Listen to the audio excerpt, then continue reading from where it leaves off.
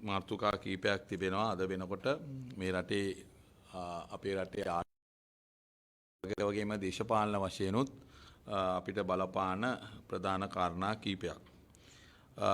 ප්‍රථමයෙන් අපි කියන්න ඕනේ විශේෂයෙන්ම අද වෙනකොට රටේ තිබෙන හැම ශාස්ත්‍රයේම වත්මන් ජනාධිපති ගෝඨාභය රාජපක්ෂ මහත්තයාගේ මාස 20ක කාලය තුල අපිට පේනවා රට ක්‍රමක්‍රමයෙන් අගාධයකට තල්ලු වෙන ආකාරයක් අපිට පේනවා. ආර්ථික වශයෙන් ගත්තත් ජන ජීවිතයේ තිබෙන මේ රටේ සාමාන්‍ය ජනතාවගේ ජීවන රටාව පිළිබඳ බැලුවත් මේ රටේ ඉන්න අනිකුත් ශේෂ්ත්‍ර දිහා අපි බැලුවත් දේශපාලන වශයෙන් අපි බැලුවත් විශාල අවුල් ජාලයකට මේ රට තල්ලු වීගෙන යන තාත්ත්වයක් අපිට පේනවා. ඒ හින්දා විශේෂයෙන්ම රටේ ආර්ථික ස්ථාවරයක් නොමැතිවීම රටේ ආර්ථික ස්ථාවරයක් හදා ගැනීමට ආණ්ඩුව පෞගිය කාලය තුලම අසමත් වීම උඩම අද වෙනකොට මේ ආර්ථිකයේ හැම ශාස්ත්‍රයක්ම අපිට පේනවා ඊටාම දරුණු ලෙස මේ රටේ ජනතාවට ආර්ථික අහේනියකට මුහුණ දෙන යුගයකට අපි ක්‍රමක්‍රමයෙන් ගමන් කරනවා. විශේෂයෙන්ම මේ දවස්වල ඇති වෙලා තිබෙන බඩු මිල ඉහළ යාම අපි දැක්කා ඊයේ වෙනකොට බේකර හිමියන්ගේ සංගමයේ කියන පාන් රුපියල් 10කින් වැඩි කරන්න ඕනේ කියන එක. ඊළඟට තෙල් මිල වැඩි කරා ගමන්ම එහා සමානව අනෙකුත් භාණ්ඩවල ප්‍රවාහන ගාස්තු වල ඉහළ යාමත් එක්ක අද වෙනකොට ජනතාවට දරා ගන්න බැරි තත්යකට ජීවන වියදම ඉහළ යන තත්ත්වයක් අපිට පේනවා. උද්දමනය අද වෙනකොට 106ට වඩා ඉහළ ගිහිල්ලා තියෙන තත්ත්වයක් ඉතිහාසයේ කවමදාකවත් නැති විදියට උද්දමනය ඉහළ ගිහිල්ලා තිබෙනවා. ඒ වගේම අනිකුත් ශාස්ත්‍රවල අපි ගත්තොත් රැකිය ආරක්ෂාවල් අහිමි වීම, ජනතාවගේ සහනාධාර කප්පාදු කිරීම, ඒ වගේම මේ කොවිඩ් වසංගතයත් එක්ක Tamanගේ එදිනෙදා ආදායම අහිමි වෙච්ච ජනතාව ඒ සියලු දෙනාම ඊටාම අර්බුදකාරී තත්යකට අද ගමන් කරලා තිබෙනවා. විශේෂයෙන්ම කොවිඩ්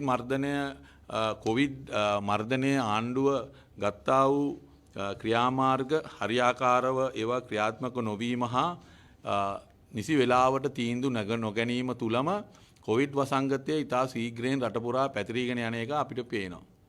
දැන් ඒ හා සමානව මේ රට තුල ද්‍රවිඩතාවය ඉහළ යමින් පවතිනවා.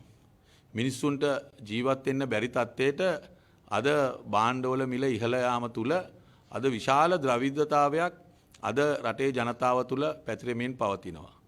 කොවිඩ් වසංගතයට මුහුණ දෙනවා වගේම අද මේ රටේ ජනතාව තමන්ගේ එක වේලක් කන්න තමන්ගේ දුවදරුවන්ට එක වේලකට කන්න දෙන්න මුහුණ දෙන්නේ කොහොමද කියන එක අද සියලු දෙනාම කල්පනා කරන තත්ත්වයකට අදපත් වෙලා තිබෙනවා.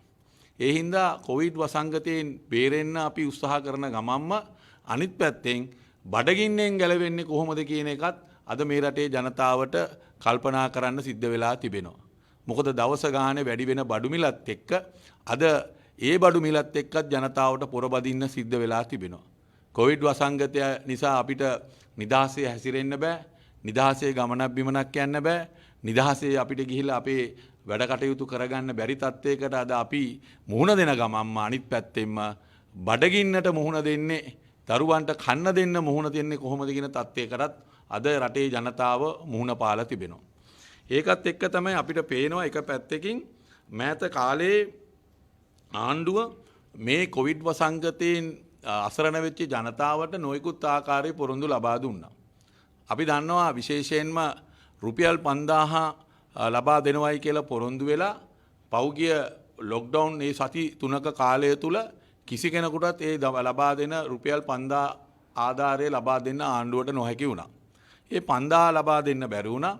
ඊළඟට මේ රටේ සාමාන්‍ය ජනතාව ලීසින් වලට ඒ වගේම අනිකුත් බැංකු වලට ඒ ණය වෙලා ඉන්න ඒවා ඊළඟට ව්‍යාපාරිකයන් සාමාන්‍ය මධ්‍යම පාන්තික ව්‍යාපාරිකයන් සුළු ව්‍යාපාරිකයන් ඔවුන් මේ ආණ්ඩුවට රජයට ගෙවන්න ඕන බදු ආදායම් සඳහා යම් සහනයක් ලබා දෙනවයි කියලා අගමැතිවරයා ප්‍රකාශ කළා.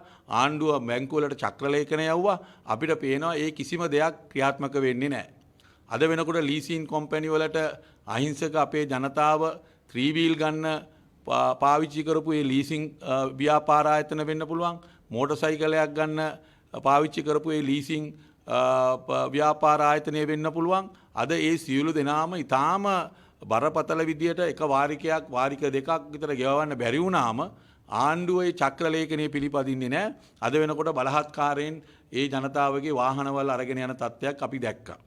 ඒ වගේම තමයි ආණ්ඩුව පහුගිය කාලේ දිගින් දිගටම කිව්වා මේ වතුර බිලට සහන දෙනවයි කියලා කිව්වා. ජල මේ විදුලියට සහන ලබා දෙනවයි කියලා කිව්වා. එතකොට අද වෙනකොට ජලයට ලබා දීපු සහනයකුත් නැහැ. විදුලියට ලබා දීපු සහනයකුත් නැහැ. දැන් ගෙවල් වලට විදුලි බිල්පත් අපිට පේනවා රතු නිවේදන දැන් ගෙවල් වලට ඇවිල්ලා තිබෙනවා. වතුර බිලට රතු නිවේදන දැන් ගෙවල් වලට ඇවිල්ලා තියෙනවා. මාස දෙකක තුනක එකවරගේ එකතු කරලා එවලා තියෙනවා මේවා ගෙවන්න කියලා. එතකොට අද එහෙම අමාරුවෙන් ජීවත් වෙන ජනතාව වෙනුවෙන් කිසිම සහනයක් ලබා දෙන්න මේ ආණ්ඩුවට අද වෙනකොට නොහැකි වෙලා තිබෙනවා.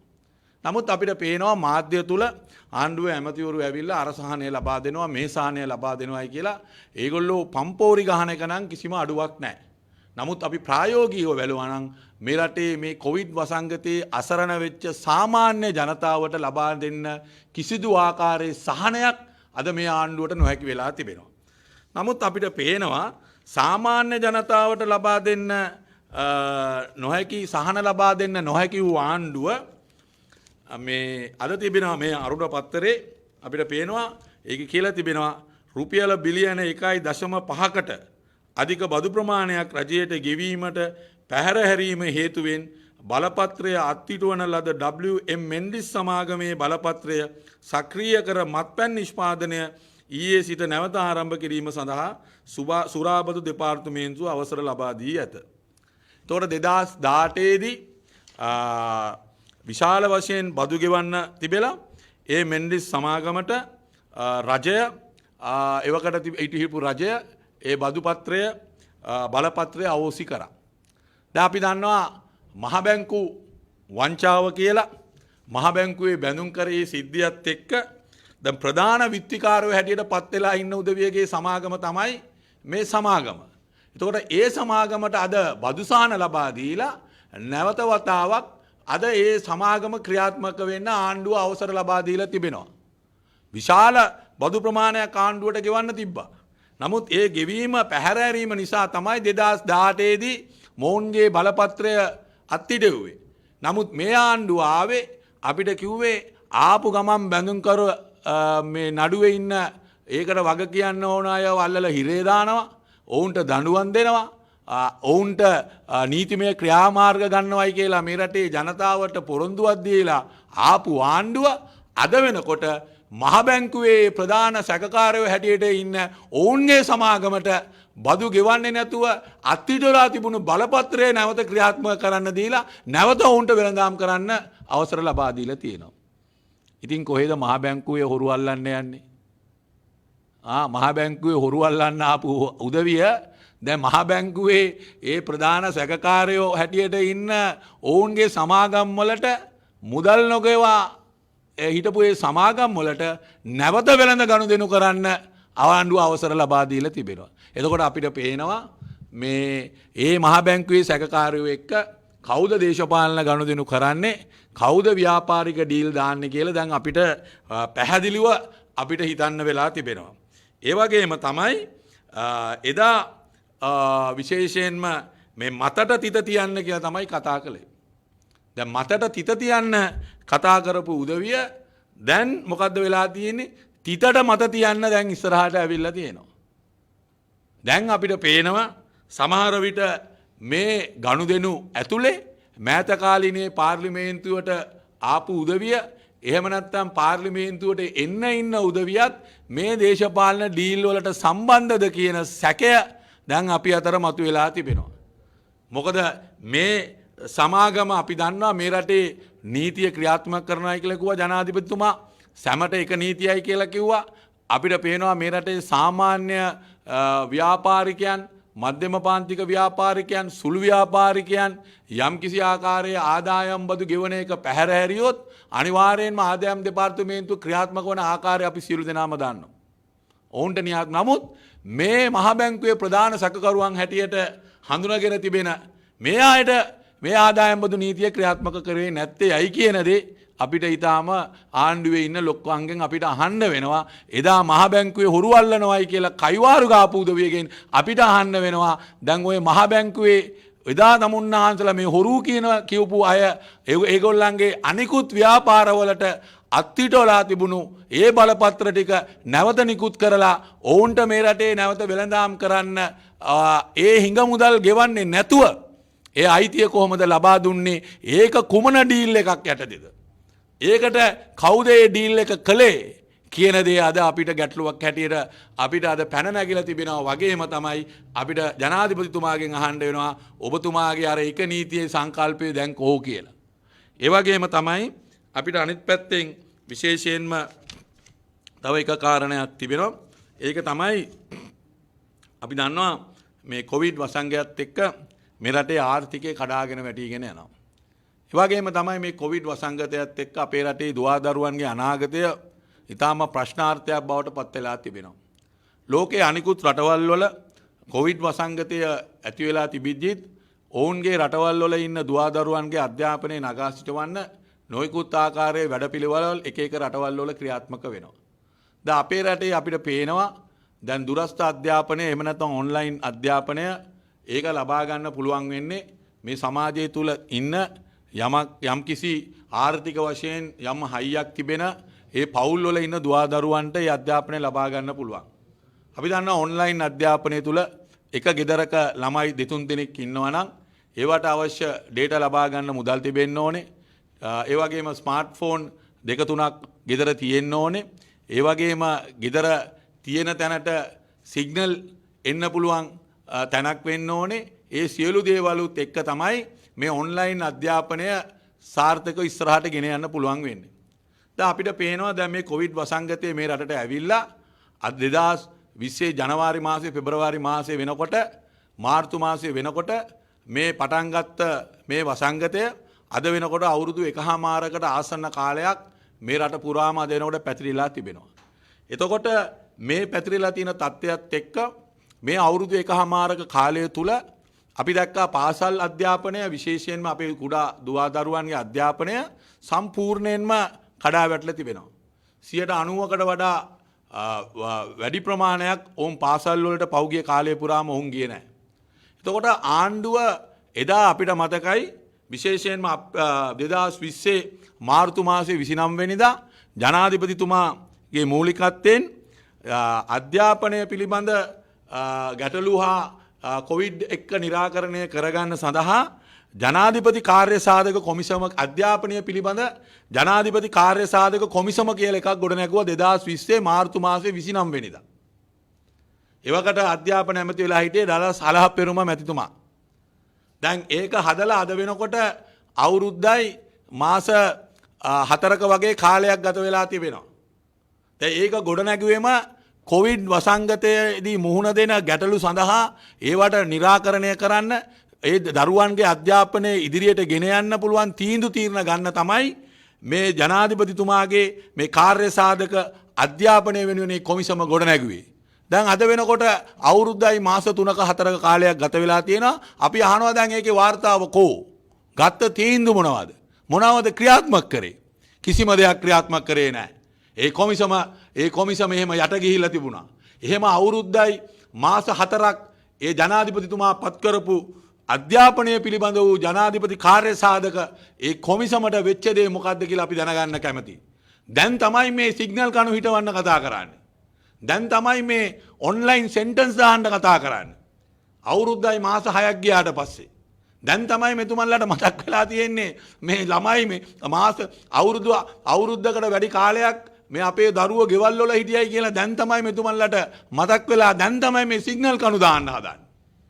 ඒතර අපිට පේනවා අපි කොයිතරම් කාලයක් අපේ දරුවන්ගේ අනාගතය විනාශ කරන්න ඒ දරුවන්ගේ අනාගතය ගැන හිතලා තීන්දුව තීරණ ගන්න මේ පාලකයන්ට නොහැකි උනේ මන්දයි කියන ප්‍රශ්නය දැන් අපිට පැන නැගිලා තිබෙනවා. ඇයි එහෙම අවශ්‍යතාවයක් තිබුණේ නැහැ? ඒ හින්දා අද වෙනකොට ඒ පත් කරපු කොමිසමේ වාර්තාවකෝ ඒ කොමිසම ගත්තා වූ තීන්දුව තීරණකෝ ඒ කොමිසමට මොකද්ද උනේ? ඒ වෙනුවෙන් කොයිතරම් මුදල් ප්‍රමාණයක් වැය කළාද කියලා අධ්‍යාපන ඇමතුමා මේක ගැන අපිට හෙළිදරව්වක් කරන්න ඕනේ. මොකද මේ කොමිසම පත් කරේ 2020 මාර්තු මාසේ 29 වෙනිදා. ජනාධිපති කාර්ය සාධක කොමිසමකගේ අධ්‍යාපනය වෙනුවෙන්. මොකද කොවිඩ් වසංගතයත් එක්ක එදා ඇතිවෙච්ච තත්ත්වයේදී මේවා निराකරණය කරන්න හා කොවිඩ් වසංගතයෙන් අපේ ළමුන්ට අධ්‍යාපනය ලබා දිය හැකි කෙසේද කියන ඒ ගැටලු निराකරණය කරන්න තමයි මේ කාර්ය සාධක කොමිසම එදා ගොඩ නැගුවේ. එහෙනම් අපි අහන්න කැමති දැන් මේ කොමිසමට මොකක්ද උනේ? ඒ කොමිසමේ ක්‍රියාමාර්ග වලට මොකක්ද උනේ කියන එක තමයි අපිට අහන්න වෙනවා. ඒ වගේම අපිට කියන්න වෙනවා කනගාටුවෙන් හරි මේ රටේ පාලකයන් මේ රටේ ඉන්න දුවදරුවන්ගේ අධ්‍යාපනය වෙනුවෙන් ඒ ඔවුන්ගේ කාලය හා ඔවුන් වැය කරන්නේ මෙවැනි කාල සීමාවක් කියන එක තමයි අපිට පැහැදිලි වෙන්නේ. ඒ ගැන ඔවුන්ට හැඟීමක් තිබුණෙත් නැහැ. ඒ පිළිබඳව ඔවුන්ට උවමනාවක් තිබුණෙත් නැහැ. අවුරුදු 1කමාරක් වගේ ඉතා දීර්ඝ කාලයක් ගියාට පස්සේ තමයි ඔවුන්ට තේරුම් ගන්න පුළුවන් උනේ මේ රටේ අර ඔන්ලයින් අධ්‍යාපන ක්‍රමය තුල විශාල පිරිසක් ඉන්නවා ඒ අධ්‍යාපනය ලබා ගන්න අහිමි වෙච්ච පිරිස කියලා තේරුම් ගන්න මොවුන්ට අවුරුදු 1කමාරක් ගියා. දැන් අවුරුදු 1කමාරෙන් පස්සේ තමයි දැන් අර ඔන්ලයින් සෙන්ටන්ස් දාන්න ඊළඟට සිග්නල් කණු හිටවන්න ඒවට යම් වැඩපිළිවෙලක් ගේන්න ඔවුන්ට මතක් වෙලා තියෙන අවුරුදු 1කමාරකින් පස්සේ. එහෙනම් අපිට පේනවා රටේ තීන්දුව ගැනීම හා තීන්දුව ක්‍රියාත්මක කිරීම අතින් ආණ්ඩුව ඊටාම ඉන්නේ ප්‍රාථමික අවධියක. ආණ්ඩුව ඊටාම ඉන්නේ බාල අවධියක. මොකද තීන්දුව ගන්නෙත් නැහැ, තීන්දුව ක්‍රියාත්මක වෙන්නෙත් නැහැ. ඒ වගේම රටේ ඉදිරි ගමන හා ඉදිරි වැඩපිළිවෙලක් ගැන කිසිදු ආකාරයේ සැලැස්මක්වත් කිසිදු ආකාරයේ හැඟීමක්වත් මේ ආණ්ඩුවට නැහැයි කියන එක නම් අපිට ඊටාම පැහැදිලිව පේනවා. මොකද හැම ශේෂ්ත්‍රයේම අතගාන හැම ශ්‍රේෂ්ඨයම ඊටාම අරුබුද රාශියකට මුහුණ දීලා මේ රට විනාශය කරා ඇදීගෙන යන තත්ත්වයක් තමයි අපිට දකින්න තිබෙන්නේ. බොහොම ස්තුතියි.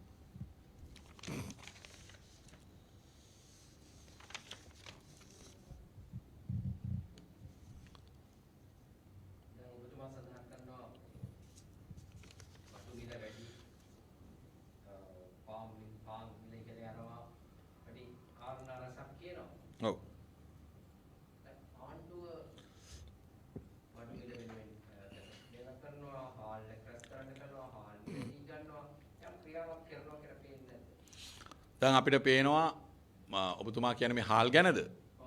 දැන් දැන් මේ ආණ්ඩුව හාල් විශේෂයෙන්ම හාල් සම්බන්ධව කතා කළොත් මේ ආණ්ඩුව බලයට එනකොට කිව්වා මේ රටේ හාල් මාෆියාවක් ක්‍රියාත්මක වෙනවයි කියලා කිව්වා ජනතාවට. එහෙනම් මේ හාල් මාෆියාව නැති කරන්න එහෙම නැත්නම් ඒක විනාශ කරන්න තමයි අපි බලය ගත්තේ. ජනාධිපතිතුමා ඔය එක මාෆියාවකටවත් යටත් වෙන්නේ නැහැයි කියලා මට මතකයි. වෙළඳ ඇමතිතුමා බන්දුල ගුණවර්ධන ඇමතිතුමා මාධ්‍යයකදී ප්‍රකාශ කරා ජනාධිපතිතුමාත් එක්ක සෙල්ලම් කරන්න ඉන්න එපා කියලාත් මට මතකයි එතුමා කිව්වා. දැන් මොකද වුනේ?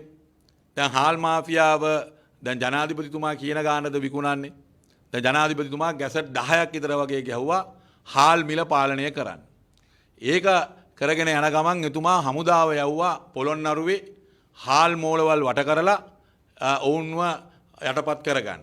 එතකොට අපි හිතුවා සිරිමා බණ්ඩාරනායක මෙතන අර 70 ජනසතු කරා වගේ මං හිතුවා මේ වෙලාවේ මේ හමුදාව ගිහිල්ලා හාල් මෝල් වට කරනකොට දැන් මේ ඔක්කොම රජයට පවරගෙන දැන් ජනාධිපතිතුමා හාල් මාෆියාව Tamanගේ යටතට ගත්තා කියන එක තමයි ඒ රූපවාහිනී මාධ්‍ය තුල අපි එදා දකිනකොට අපි හිතුවේ. නමුත් මොකද වුනේ? එහෙම වුනේ නැහැ. අන්තිමට හාල් මාෆියාව ආණ්ඩුව යටපත් කරගත්තා. දැන් හාල් මාෆියාව කියන ගානට තමයි වෙළඳ පොලේ හාල් තියෙන්නේ. ජනාධිපතිතුමා ගහපු ගැසට් වල තියෙන මිල ගණන් වෙළඳ පොලේ කොහෙවත් ගන්න නැහැ. ඒවා විකුණන්න ඒවා ඒ මිල ගණන් වලට හාල් ගන්න හාල් නැහැ. එතකොට අවසාන වශයෙන් හාල් මිල තීරණය කළේ අපිට පේනවා හාල් මාෆියාව තමයි මේ රටේ හාල් මිල තීරණය කරන්නේ. එතකොට ඒ හාල් මාෆියාව විනාශ කරන්න ඕනේ. ඒවා අපි ක්‍රියාත්මක වෙන්න ඉඩ දෙන්නේ නැහැයි කියලා බලයට ආපු ගෝඨාභය රාජපක්ෂ මහත්තයාගේ ආණ්ඩුව අද හාල් මාෆියාවේ යටතටපත් වෙලා අද හාල් මාෆියාව මේ රටේ හාල් මිල තීරණය කරන තත්ත්වයටපත් වෙලා තිබෙනවා. ඒ හින්දා තමයි අද ආණ්ඩුවට සිද්ධ වෙලා තිබෙනවා මෙට්‍රික් ටොන් ලක්ෂයක් පිටරටින් ගෙන්නන්න. දැන් හාල් ගේන්නේ නැහැයි කියලානේ කිව්වේ. දැන් වෙලඳ ඇමතුමා කියනවා අපි මෙට්‍රික් ටොන් ලක්ෂයක් හාල් අපිට පිටරටින් ගේන්න සිද්ධ වෙලා තියෙනවායි කියලා. ඒ හින්දා තමයි අපි කියන්නේ සැලැස්මවල් නැතුව වැඩපිළිවෙලවලත් නැතුව කටේ හයියට හිතේ හයියට ගහන කයිවාරු වලට වැඩ කරන්න බෑ. ද ඔය කටේ හයියට එක එක දේවල් කියනවා. කිව්වට වෙන්නේ නෑනේ. දැන් හාල් මාෆියාව නැති කරාද? හාල් මාෆියාව යටත්පත් වුණාද? දැන් මම දන්න විදියට මට තේරෙන විදියට නම් හාල් මාෆියාවේ ග්‍රහණයට අද මේ ආණ්ඩුව අද හවු වෙලා තිබෙනවා. ඒ හින්දා හාල් මාෆියාවේ ඉන්න උදවිය ආණ්ඩුවෙත් අද නියෝජිතයෝ හැටියට පාර්ලිමේන්තුවෙත් ඉන්නවා. අනිත් පැත්තෙන් රැට අනිත් අර හාල් මේ විශාල ව්‍යාපාරිකයත් එක්ක රැට පාටිත් දානවා.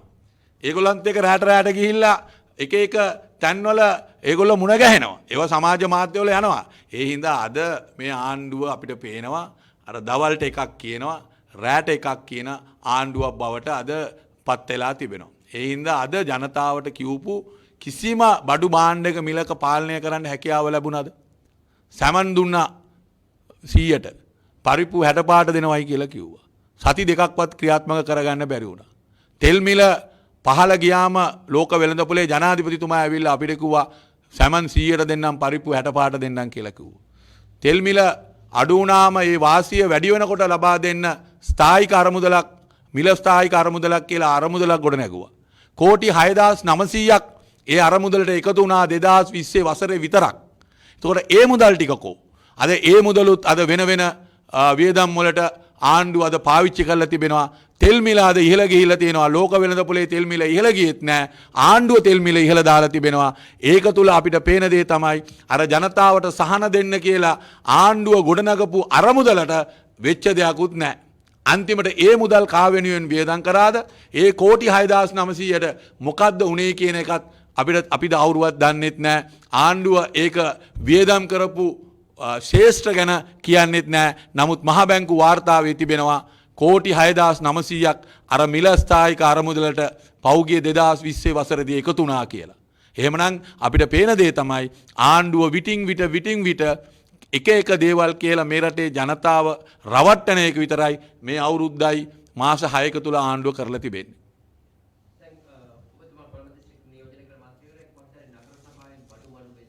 ඔව්.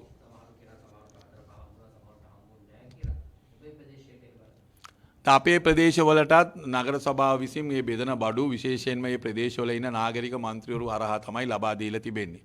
ඒක තුලදී විශේෂයෙන් කියන්න ඕනේ සමහර ජනතාවට ඒ බඩු මුදල් බඩු ලැබුණේ නැහැ. ඒ භාණ්ඩ ලබා දීපු ලැබුණේ නැහැ. මොකද ඒ නගර සභාව තුල ඔවුන් ලබා දීපු ප්‍රමාණය ඊටාම සීමිත ප්‍රමාණයක් ලබා දීම නිසා ඒක ලබාගත් කොටසකුත් හිටියා. ඒ වගේම ලබා නොගත් කොටසකුත් හිටියා. ඉතින් මන් දන්නේ නැහැ ඉතින් නගර සභාව ඒ බඩු භාණ්ඩ බෙදා දීමේදී ඔවුන් අනුගමනය කරපු ක්‍රියාවලිය මොකක්ද කියන එක නම් මන් දන්නේ නැහැ.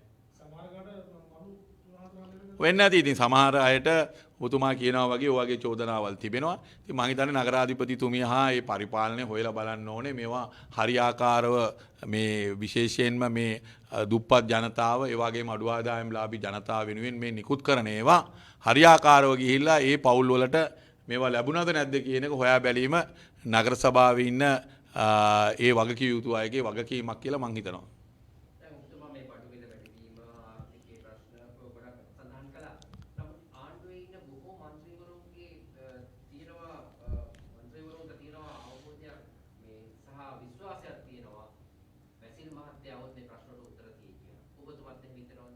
දැන් මෙහෙමයි. දැන් බැසිල් රාජපක්ෂ මහත්මයා පාර්ලිමේන්තුවට එනවද නැද්ද කියන එක තීන්දුව කරන්න ඕනේ එතුමාගේ පක්ෂය. ඒක අපේ වැඩක් නෙමෙයි. නමුත් අපි කියන්න ඕනේ මේ ආණ්ඩුවේ පාර්ලිමේන්තුවේ බැසිල් රාජපක්ෂ මහත්තයා හිටියේ නැති වුණාට එතුමා තමයි මේ ආණ්ඩුවේ තුන්වෙනි ගණන්කාරයා. ජනාධිපතිතුමා, අගමැතිතුමා, බැසිල් රාජපක්ෂ මහත්තයා. එහෙමනේ තියෙන්නේ මේ ආණ්ඩුවේ පිළිවෙල. එතුමා පාර්ලිමේන්තුවේ හිටියේ නැති වුණාට අරලියගහ මන්දිරයේ ජනාධිපති ලේකම් කාර්යාලයේ සියලු ඇමතිවරු එක්ක ඒ ආණ්ඩුවේ නිලධාරීන් එක්ක තීන්දුව අරගෙන මේ ආණ්ඩුව මෙහෙවන ප්‍රධාන බලකායේ පුරුකේ කෙනෙක් තමයි බැසිල් රාජපක්ෂ මහත්තයා කියන්නේ. එතුමා ජනාධිපති කාර්ය සාධක 3ක සභාපතිවරයෙක්. එතුමා. එතකොට පහුගිය මේ අවුරුදු එකහමාර තුල මේ ආණ්ඩුව ගත්තා වූ සියලු තීරණ හා ඒ හැම දෙයකම බැසිල් රාජපක්ෂ මහත්තයා ප්‍රධාන කොටසක් ඒකේ කරා. ඉතින් එහෙම කරපු එකතු වෙලා වැඩ කරපු කෙනෙක් තමයි බැසිල් රාජපක්ෂ මහත්තයා කියන්නේ. එහෙම නැතු එයා මේ කොහේ හරි හැංගිලා ඉඳලා මේ එකපාරටම මේ එළියට එන කෙනෙක් නෙමෙයි. එයා දැනුත් මේ යන්ත්‍රයේ ඉන්නවා. ජනාධිපති කාර්යසාධක බලකායේ බලකාය 3ක සභාපති තනතුරු 3ක් එතුමාට තිබෙනවා. එතකොට එතුමා දැනුත් මේකේ වැඩ කරගෙන ඉන්නේ. ඒ හින්දා එතුමා මේ පාර්ලිමේන්තුවට ආවයි කියලා අලුතෙන් ඕකේ මොකුත් වෙන්නේ නැහැ. ඉතින් ඕක දේශපාලනය නොදන්න එතුමාගෙන් යමක් කමක් බලාපොරොත්තුවෙන් ඉන්න උදවිය ඔය කියන කතා ඔය පාර්ලිමේන්තුවට ආවම අරක කරයි මේක කරයි කියලා එතුමාගේ අර ගෝල බාලයෝ ටිකක් ඉන්නවනේ. කියන්නේ බැසිල්ගේ ෆෑන්ස්ලා ටිකක් ඉන්නවනේ ඕක ඇතුලේ. ඉතින් ඒගොල්ලෝ කියන කතා. ඉතින් ඕක සාමාන්‍යයෙන් දේශපාලන අවබෝධයක් තියෙන අයට දන්නවා. බැසිල් රාජපක්ෂ කියන්නේ මේ ආණ්ඩුවේ දැනුත් ජනාධිපතිතුමා අගමැතිතුමා ඊළඟට ඉන්නේ බැසිල් රාජපක්ෂ. ඊළඟට මට කියන්න කවුද ඉන්නේ කියලා. ඊළඟට ඉන්නේ එයා. ඉතින් එයා තමයි මෙච්චර කල් අගමැති කාර්යාලයේ ජනාධිපති කාර්යාලයේ ඉඳගෙන ඇමතිවරු වටේ තියාගෙන මේ ආණ්ඩුවේ ඉන්න අමාත්‍යාංශ ලේකම්වරුන්ව ගෙන්නගෙන මේ සියලු දේවල් මෙහෙව්වේ එතුමා තමයි. ඉතින් එතුමා නොදන්න කිසිම දෙයක් මේ ආණ්ඩුවේ වෙලා නැහැ. එතුමාට කියන්නේ නැතුව කිසිම දෙයක් මේ ආණ්ඩුව කරලත් නැහැ. ඒ හින්දා මේ ආණ්ඩුවේ අර ත්‍රිමූර්තිය කියලා එකක් තියෙන්නේ. ඒ ත්‍රිමූර්තිය තමයි ගෝඨා මහින්ද බැසිල්. ඉතින් ඒ හින්දා ඔය ඕක පාර්ලිමේන්තුවට ආපු නැති වුණාට ඕක එළියේ ඉඳන් මේ විශාල වැඩ කොටසක් පෞගේ කාලෙම කරගෙන තිනවා දැනුත් මේ කරමින් පවතිනවා. ඒ හින්දා යා පාර්ලිමේන්තුවට ආවයි කියලා මම හිතන්නේ නැහැ 아무තු දෙයක් වෙයි කියලා. නමුත් ඔය මේ ආණ්ඩුව තුල එකක් පැහැදිලිව පේනවා ගැටුමක් තියෙනවා. බැසිල්ගේ කණ්ඩායම හා බැසිල්ගේ කණ්ඩායම නොවන කණ්ඩායම. ඉතින් මේ බැසිල්ගේ කණ්ඩායමට උවමනා වෙලා තිබෙනවා බැසිල් රාජපක්ෂ මහත්තයා පාර්ලිමේන්තුවට ගෙනල්ලා ඔහුව මේක තුල ස්ථාවර කරගන්න. මේ ස්ථාවර කරගැනීමේ ප්‍රොජෙක්ට් එක තමයි ඔය බැසිල් රාජපක්ෂ මහත්තයාගේ කණ්ඩායම ඔය ගෙනියන්නේ. ඉතින් ඒ හින්දා අපිට ඒක ගැන කිසිම ගැටලුවක් නැහැ. ඒක තියෙන්නේ ඒගොල්ලන්ගේ අර්බුදයක්. මතක තියාගන්න අපි 2015 ජයග්‍රහණය කරනකොට බැසිල් රාජපක්ෂ මහත්මයා එතකොට මේ රටේ ආර්ථික සංවර්ධන ඇමතිවරයා. එතකොට එතුමා දෙවැනියා. දාද තුන්වැනිය වුණාට එදා මහින්ද රාජපක්ෂ මහත්මයා ඊළඟට හිටියේ එදා බැසිල් රාජපක්ෂ මහත්මයා. ගෝඨාභය රාජපක්ෂ මහත්තයා හිටියේ ආරක්ෂක ලේකම් වෙලානේ. එතකොට මේ ඔක්කොම එකතු වෙලා තමයි 2005 එකතු වෙලා ඉන්නකොටත් අපි 2015 ඒගොල්ලන්ව අපි පරාජය කළා.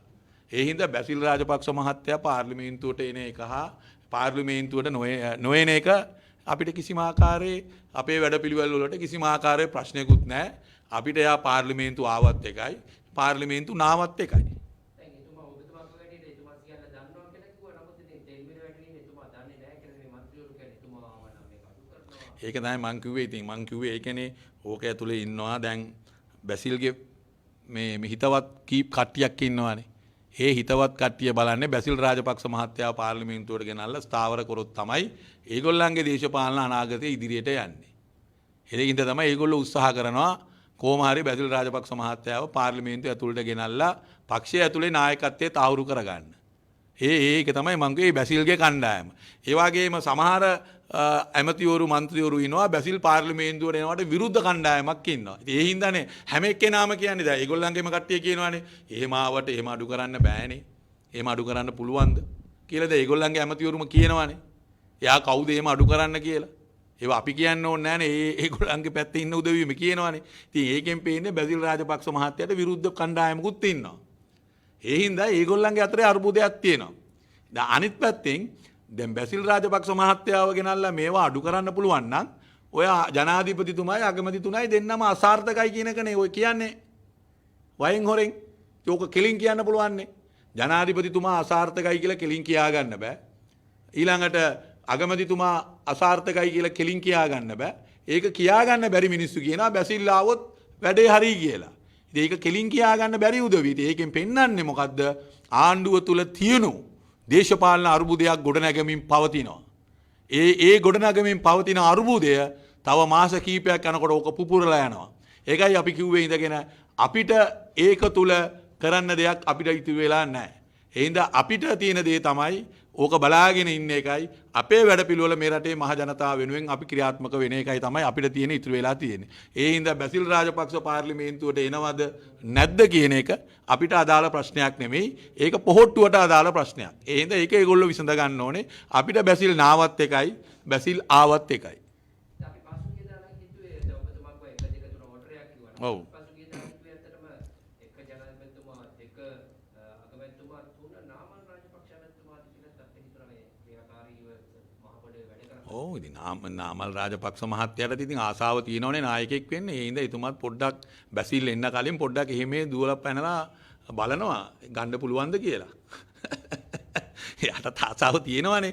ඒ තියෙන හින්දානේ එයාත් ඇවිල්ලා අරලියගහ මන්දිරේ මේ ප්‍රධාන පුටුවේ ඉඳගෙන ඇමතිවරු ගෙනල්ලා හැම දෙයකටම යන්නේ එතුමා යනවා. අර බෙහෙත් ටික ආවත් යන්නේ එතුමා, වැව් ටික බලන්නත් යන්නේ එතුමා, ඊළඟට අර උතුරේ මොන හරි උත්සවයක් තිබුත් යන්නේත් එතුමා, හරි කොවිඩ් මේ වසංගතය මර්ධනය කරන්නේ කොහොමද කියලා ඒ රැස්වීම පවත්වන්නේත් එතුමා. ඉතින් එයා බලනවා බැසිල් එන්න කලින් පොඩ්ඩක් දුවලා පැනලා මොන හරි කරගන්න පුළුවන්ද කියලා පොඩි උත්සාහයක් එයාගේ තියෙනවා. ඉතින් අපි ඒවට අපිට ඒක අදාළ නැහැ. මොකද සමහරට එයාත් බය වෙනවා ඇති බැසිල් බාප්පා ආව ගමන් එයාගේ දුවන පණින එක සමහර විට නවතී කියලා එයා හිතනවත් දන්නේ නැහනේ. ඒ හින්දා එයා බලනවා බැසිල් බාප්පා එන්න කලින් දැම්ම ටිකක් දුවලා පැනලා එයාගේ මේ බලය වැඩි කරගන්න යම් උත්සාහයක් එයා දරනවා ඇති ඉතින්. ඊට අමතරව කතාවක් ගියා ඔබතුමා සහ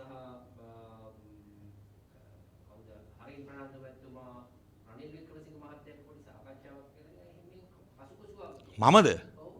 නෑ මම එක්සත් ජාතික පක්ෂයෙන් අපි 2020 සමගි ජන බලවේගයට සම්බන්ධ වෙච්ච දවසේ ඉඳන් අද වෙනකන් මම රනිල් වික්‍රමසිංහ මහත්මයාත් එක්ක කතා කරලා නැහැ.